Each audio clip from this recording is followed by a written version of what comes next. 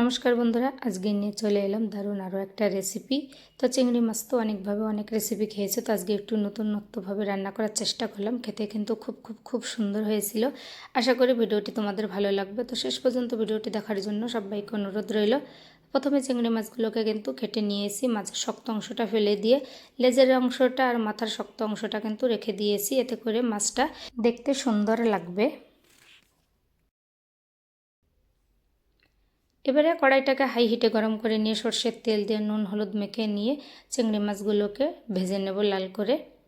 এদিকে একটা মশলা করব, তার জন্য এখানে আমি 1 চামচ নিয়েছি চার মগজ আর 5টা নিয়েছি গোটা কাজু বাদাম। তো ভাঙাটা হলে 10 থেকে 12টার মতো নিয়ে নিতে পারো। তো এবারে 2 চামচ টক দই দিয়ে আমি মশলাটাকে ফেটিয়ে নেব। এদিকে মাছটা ভাজা হয়ে গেছে, তুলে নেব। এবার ওই কড়াইয়ের মধ্যে দিয়ে দেবো একটুখানি সর্ষের তেল। আর এখানে ফোড়নে মশলা হিসেবে দিয়েছি গোটা জিরে, শুকনো লঙ্কা, 2টো এলাইচি মুখটা ফেটিয়ে দিয়েছি, আর 2টো দিয়েছি তেজপাতা, একটা শুকনো লঙ্কা টুকরো করে দিয়েছি।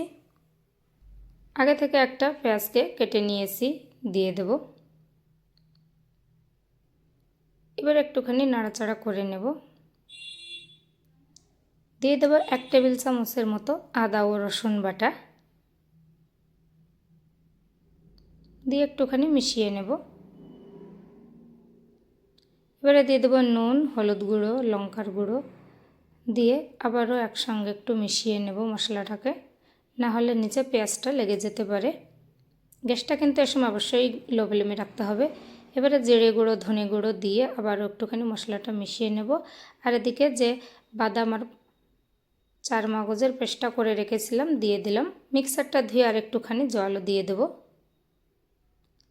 দিয়ে খুব ভালো করে মশলার সঙ্গে একসঙ্গে মিশিয়ে ঢাকা দিয়ে মিনিট 3 মতো মশলাটাকে কষতে দেব।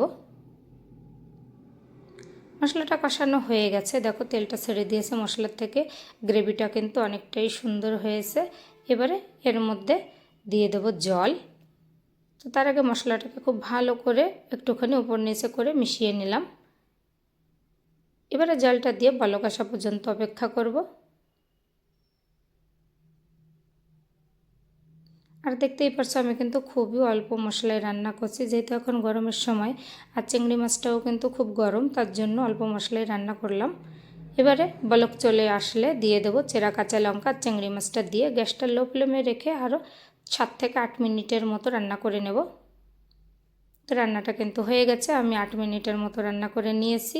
আর এদিকে এখন দিয়ে দেবো এর মধ্যে গরম মশলা পাউডার। তোমরা চাইলে এর থেকে আরও কম ঝালেও রাখতে পারো বা এরকম ঝোলে রাখতে পারো, যেমনটা ঝোল পছন্দ করো ঠিক তেমনটা করে নিতে পারো। এবারে এর মধ্যে নামানোর আগে দিয়ে দেবো ধনেপাতা কুচি, দিয়ে এবারে নামিয়ে নেব। দেখো আমি এরকমটা ঝোলটা রেখেছি। আর এর গ্রেভিটা দিয়ে কিন্তু রুটি, ভাত যেটাই খাও, নান রুটি খুবই ভালো লাগে খেতে। ছেতের মশলাটা এতটা স্বাদ হয়, খুব ভালো লাগে। একবার হলেও বাড়িতে এভাবে খেয়ে দেখো, আশা করি তোমাদেরও ভালো লাগবে। তো চলো বন্ধুরা, আজকের ভিডিওটি এ পর্যন্ত। সবাই ভালো থেকো, সুস্থ থেকো। ভিডিওটি শেষ পর্যন্ত দেখার জন্য সবাইকে অসংখ্য ধন্যবাদ রইল।